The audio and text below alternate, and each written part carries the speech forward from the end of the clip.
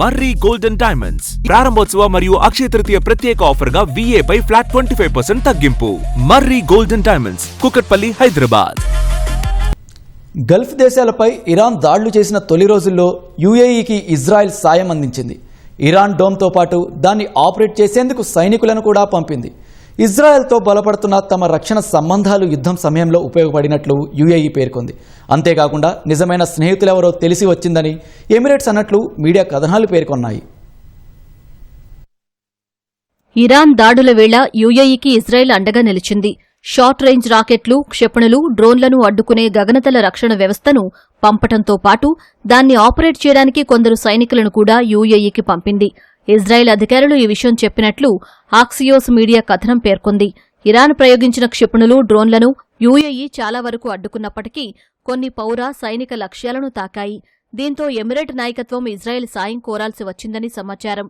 UAE అధ్యక్షుడు Mohammed bin Zayed ఫోన్లో మాట్లాడిన తర్వాత ఇంటర్సెప్టర్లతో కూడిన ఒక ఐరన్ డోమ్ బ్యాటరీని, డజన్ల కొద్దీ సైనికులను పంపాలని ప్రధాని నెతన్యాహు IDFను ఆదేశించినట్లు ఆక్సియోస్ మీడియా కథనం పేర్కొంది.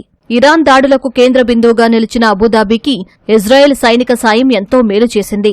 ఇజ్రాయెల్ పంపిన ఐరన్ డోమ్ ద్వారా ఇరాన్ ప్రయోగించిన క్షిపణులు, డ్రోన్లను UAE సమర్థంగా అడ్డుకున్నట్లు IDF అధికారులు తెలిపారు. ఇరాన్ 550 బాలిస్టిక్, క్రూయిజ్ క్షిపణులతో పాటు 2200కు పైగా డ్రోన్లతో దాడి చేసినట్లు అబుదాబి రక్షణ శాఖ తెలిపింది.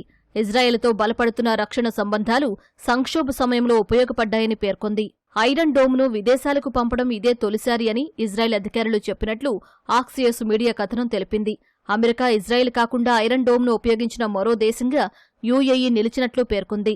ఇరాన్ యుద్ధం వేళ సమన్వయంతో పనిచేస్తున్నట్లు UAE, ఇజ్రాయెల్ అధికారులు పేర్కొన్నారు.